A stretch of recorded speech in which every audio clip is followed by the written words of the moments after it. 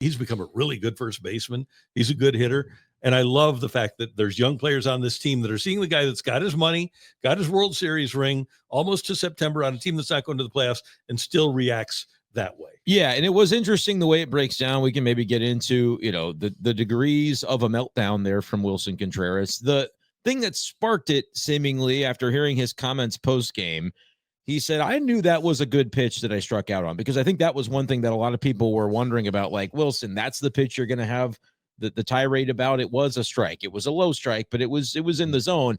And he said what he told the umpire was that just call it both ways like that, because you're missing on our side. So, yeah, I struck out. Yeah, I earned it. Yeah, it's a good pitch, but call it both ways. Yeah. And then that's where it gets dicey, in the way that the umpire claims Willson said something that he says he didn't say. And then after all, he comes out and they're having that discussion, and the umpire continued to insist, you said this thing.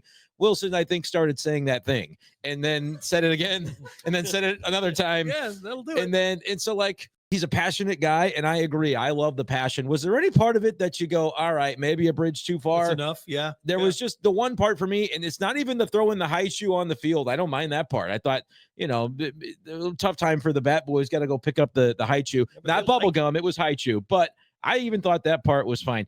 The part about throwing the bat and it hitting Brant Brown is the only part to me that's a bad look. You guys can let me know if I'm being a party pooper.